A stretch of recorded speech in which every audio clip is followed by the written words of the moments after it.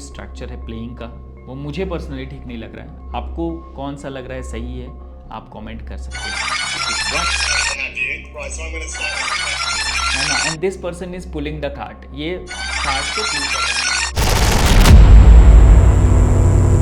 तो हो जाइए तैयार बनने के लिए ज़्यादा समझदार। और इस वीडियो में हम डिस्कस करने वाले हैं सेंटेंस के बारे में, जो कि बहुत इंपॉर्टेंट टॉपिक है इंग्लिश ग्रामर का। इसमें हम सबसे पहले कवर करेंगे क्या होता है ये सेंटेंस, उसके बाद कुछ एग्जांपल्स देखेंगे, उसके बाद आएगा हमारा इंफोटेनमेंट, जहां पर हम देखेंगे कैसे रियल लाइफ एप्लीकेशन में ये सेंटेंसेस यूज़ होते हैं। और लास्ट में होगा हमारा क्विज, जिसका आंसर आपको देना है ताकि आपको भी समझ में आ जाए कि कितना आपने इस वीडियो से सीखा है। तो चलिए सबसे पहले देखते हैं डेफिनेशन क्या होता है ये सेंटेंस का एक्चुअल में क्या डेफिनेशन है, किस रूल को ये फॉलो करता है। A sentence is a group of words that expresses a complete thought। एक पूरे के पूरे विचार को ये एक्सप्रेस करता है, उसको हम लोग बोलते हैं सेंटेंस। ये ग्रुप ऑफ वर्ड्स होते हैं। It contains a subject and a predicate. इसमें क्या होता है, सब्जेक्ट होता है और प्रेडिकेट होता है। अब क्या होता है ये सब्जेक्ट और प्रेडिकेट, इसको भी हम इस वीडियो में समझने वाले। The subject is a person, place, thing और आइडिया। एक सब्जेक्ट हो सकता है पर्सन, प्लेस, थिंग और आइडिया, यानी कि एक व्यक्ति हो सकता है, एक जगह हो सकता है, कोई चीज़ हो सकती है, या फिर कोई आइडिया भी हो सकता है। दैट इज डूइंग और बीइंग समथिंग, है ना, जो कि हो रहा है या जिसके बारे में बात हो रही है। ठीक है, तो सब्जेक्ट को सिंपली आप ऐसे समझ सकते हैं कि कोई कर्ता, मतलब जो काम कर रहा है या फिर जिसके बारे में बात हो रही है। जैसे आप बोल सकते हो कि mount Everest is very beautiful, तो माउंट एवरेस्ट के बारे में बात हो रही है ना। And this person is pulling the cart, ये कार्ट को पुल कर रहा है, खींच रहा है। तो यहाँ पर दोनों सब्जेक्ट हैं, जो काम कर रहा है और जिसके बारे में बात हो रही है ना। तो ये दोनों ऐसे सब्जेक्ट को हम लोग डिफाइन करते हैं। And the predicate tells something about the subject. जो भी सब्जेक्ट के बारे में बात हो रही है उसको हम बोलते हैं कि ये प्रेडिकेट के अंदर होता है। जैसे this mountain is very big और टॉल, है ना। So is tall, this mountain is very tall, ऐसे ये वाला जो वेरी टॉल हम बोल रहे हैं लास्ट में, इस चीज को हम बोलते हैं प्रेडिकेट, है ना। और माउंटेन क्या हो गया, जिसके बारे में बात हो रही है, ये हो गया हमारा सब्जेक्ट। जैसे कि Ram is running very fast, है ना। सो राम हो गया यहाँ पे सब्जेक्ट, जो कि करता है रनिंग। क्या काम हो रहा है यहाँ पे, रनिंग हो रहा है, तो रनिंग जो हो गया हमारा वर्ब हो गया, और इसको करने वाला कौन है, राम। तो यहाँ पर ये सब्जेक्ट हो, मतलब सब्जेक्ट करता भी हो सकता है और जिसके बारे में बात कर रहे हैं वो हो सकता है। प्रेडिकेट, जो बात कर रहे हैं हम सब्जेक्ट के बारे में, जो बात कर रहे हैं हम सब्जेक्ट के बारे में, या फिर जो डिस्क्रिप्शन दे रहे हैं, वो हमारा प्रेडिकेट हो जाता है। ठीक है, अभी आप एग्जांपल देखो ना, तो क्लैरिटी काफ़ी ज़्यादा आ जाएगी आपको। A sentence can be as short as one word if it expresses a complete thought. जब ये पूरे के पूरे विचारधारा को अगर एक वर्ड में भी एक्सप्रेस कर दे तो वो एक वर्ड भी हमारा सेंटेंस कहला सकता है। मतलब सेंटेंस एक वर्ड के इतना छोटा भी हो सकता है। अब आप इसमें पूछोगे कि भाई इसमें सब्जेक्ट एंड प्रेडिकेट कैसे आएगा, फिर अभी देखिए। For example the word stop, go and run, रुको, चलो, भागो, are sentences because they imply a subject and expresses a complete. यहाँ पे है ना इम्प्लीकेशन होता है, इम्प्लाई होता है। अब इम्प्लाई का मतलब क्या होता है, इम्प्लाई का मतलब इनडायरेक्टली किसी चीज़ को बताना। जैसे मान लो कि traffic is increasing in city, अब इस चीज़ से क्या इम्प्लाई हो जाएगा, आपको एक चीज़ तो समझ में आ जाएगी कि गाड़ियाँ बहुत ज़्यादा बढ़ रही हैं, तो ज़्यादा रोड की ज़रूरत है, या फिर पॉल्यूशन बढ़ने वाला है। तो ये दो चीज़ जो है अपने आप इम्प्लाई हो रही है, कोई बोल नहीं रहा है डायरेक्टली। तो जब डायरेक्टली किसी चीज़ को नहीं इंडिकेट करते हैं बट इनडायरेक्टली वो बताया जाता है, दर्शाया जाता है या दिखाया जाता है, तो उसमें हम इम्प्लाई बोल देते हैं कि वो इम्प्लाई हो रहा है। तो यहाँ पे स्टॉप अगर आप बोलते हो, स्टॉप, तो मतलब आप किसी ना किसी को बोल रहे हो, सामने वाले को, है ना। तो वो सामने वाला जो हो गया वो सब्जेक्ट बन जाता है अपने आप, यहाँ पे लिखने की ज़रूरत नहीं है। आप या बोल सकते हो इस तरीके से, you stop, Ram stop, Shyam stop, ऐसे करके, या फिर डायरेक्टली बोलो पर्सन को स्टॉप। जैसे आपके सामने कोई खड़ा है उसको बोलते स्टॉप, तो ये फुल सेंटेंस है, क्योंकि उसको पता लग गया है कि आप जो है उसको बोल रहे हो।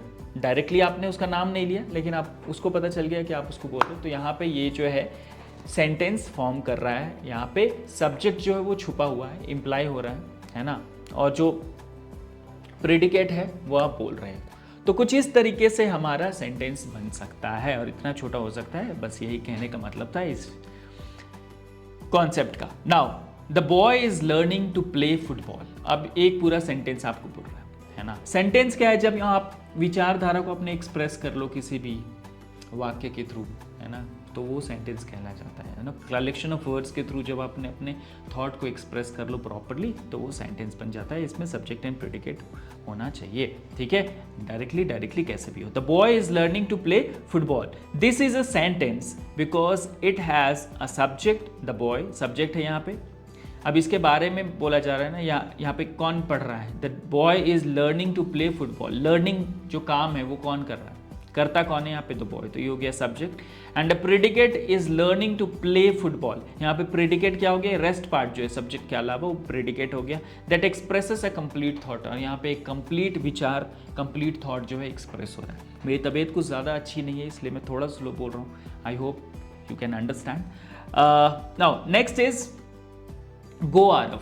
अब ये गो कॉमा आरव जो है ये भी एक फुल सेंटेंस है, क्योंकि आरव यहाँ पे क्या हो गया, सब्जेक्ट हो गया, और गो यहाँ पे क्या हो गया, प्रेडिकेट हो गया।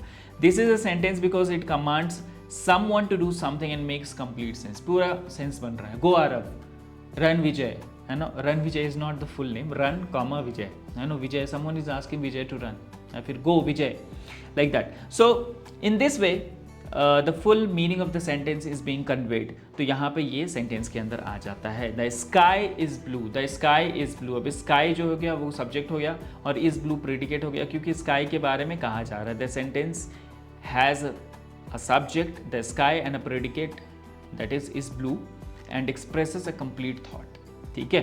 तो कुछ इस तरीके से हमारा जो है सेंटेंस बनता है। रन, यहाँ पे रन है, उसके बाद एक्सक्लेमेशन मार्क है, मतलब कि ये भी एक पूरा सेंटेंस है। कैसे है, this one word sentence implies a subject and commands action making it a complete sentence. जैसा कि मैंने बोला था ये जो है एक कंप्लीट सेंटेंस है, क्योंकि यहाँ पे इंप्लाई किया जा रहा है सब्जेक्ट को, ठीक है। तो अगर आपको कुछ ऐसा पूछ दिया जाए और पूछा जाए कि क्या ये पूरा सेंटेंस बना रहा है, तो आपको बोलना है हाँ, क्योंकि यहाँ पे सब्जेक्ट लिखा नहीं गया है, दिखाया नहीं गया है, लेकिन सब्जेक्ट को इंप्लाई कर रहे हैं, इनडायरेक्टली बोल रहे हैं उसको, है ना।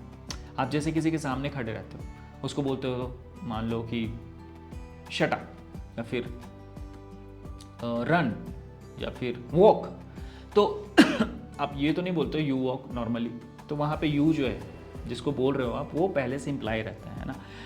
Now you must do your homework, this is the sentence expresses a complete thought by instructing someone to complete an action. So you must, you यहाँ पे क्या हो गया, सब्जेक्ट हो गया, must do your homework regularly, यहाँ पे ये हो गया प्रेडिकेट। चलिए अब देखते हैं इंफोटेनमेंट, जहाँ पे बात हो रही है सेंटेंसेस में, और मैं उसको इंडिकेट भी करूँगा आपको, एक बार ये सुन लीजिए ठीक से।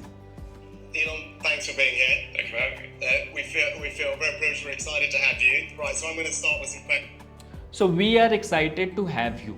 यहाँ पे ऋषि जो है, जो यूके के प्राइम मिनिस्टर भी थे, इन्होंने बोला कि we are happy to have you here. एक बार फिर से सुन लीजिए। Elon, thanks for being here. Thank you, man. We feel very privileged. We're excited to have you. Right, so I'm going to. So यहाँ पे बोल रहे हैं we are excited to have you. ये पूरा का पूरा सेंटेंस बना रहा है। वी यानी सब्जेक्ट हो गया, are excited to have you, तो ये हमारा हो गया प्रेडिकेट। तो कुछ इस तरीके से हमारा सेंटेंस जो है बनता है, जिसमें सब्जेक्ट रहता है, प्रेडिकेट रहता है, मीनिंगफुल सेंटेंस बनता है जब वो एक्सप्रेस करता है एक थॉट को अच्छे से, ठीक है। अब आने वाला है हमारा क्विज, जहाँ पे मैं क्वेश्चन पूछूंगा और आपको आंसर करना है। कमेंट में जल्दी से बताइएगा कि कौन सा सही आंसर है। 2 सेकंड का टाइम रहेगा आपके पास, और कमेंट आपको करना ही है, क्योंकि इस वीडियो में, इस कॉन्सेप्ट में जो आपने सीखा है वो आपको आइडिया लग जाएगा कि कितना आपने सही तरीके से सीखा है।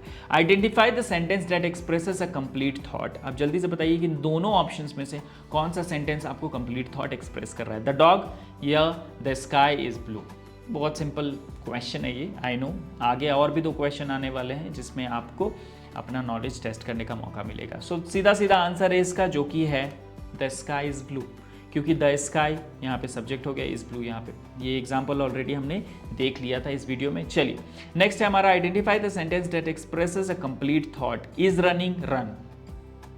ये भी हमने इस वीडियो में कवर कर लिया, तो बहुत ईजी है। 2 सेकंड का टाइम है आपके पास, जल्दी से कमेंट कीजिए, बताइए कितना आपको याद है जो आपने वीडियो में देखा है। टिक टिक 1, टिक टिक 2, एंड सही आंसर है इसका रन। क्यों? क्योंकि यहाँ पर सब्जेक्ट इंप्लाई हो रहा है पहले से। नेक्स्ट हमारा जो क्वेश्चन है वो है which group of words is a sentence. कौन सा ग्रुप ऑफ वर्ड जो है सेंटेंस है, the boy is playing football और द बॉय प्लेइंग। जल्दी से बताइए मीनिंगफुल सेंटेंस कौन सा बन रहा है, the boy is playing football और द बॉय प्लेइंग। यहाँ पर सब्जेक्ट तो है, लेकिन यहाँ पे ये जो स्ट्रक्चर है प्लेइंग का वो मुझे पर्सनली ठीक नहीं लग रहा है। आपको कौन सा लग रहा है सही है, आप कमेंट कर सकते हैं। टिक टिक 1, टिक टिक 2 एंड सही आंसर है इसका the boy is playing football, पहला वाला, है ना। तो कुछ इस तरीके से हमारा सेंटेंस का कॉन्सेप्ट है। इंट्रोडक्शन अभी हमने किया, और भी बहुत सारे वीडियोस हम डालने वाले हैं इस सेंटेंस टॉपिक पे, क्योंकि ये इंपॉर्टेंट है। सब्जेक्ट प्रेडिकेट के बारे में आपको समझ में आ गया है एंड आई होप आपको बेसिक नॉलेज और अंडरस्टैंडिंग मिल गई है। और भी बहुत सारे वीडियोस आने वाले हैं हमारे। अगर आपने अभी तक हमारे चैनल को सब्सक्राइब नहीं किया है तो प्लीज़ सब्सक्राइब कर लीजिए। मिलते हैं नेक्स्ट वीडियो में।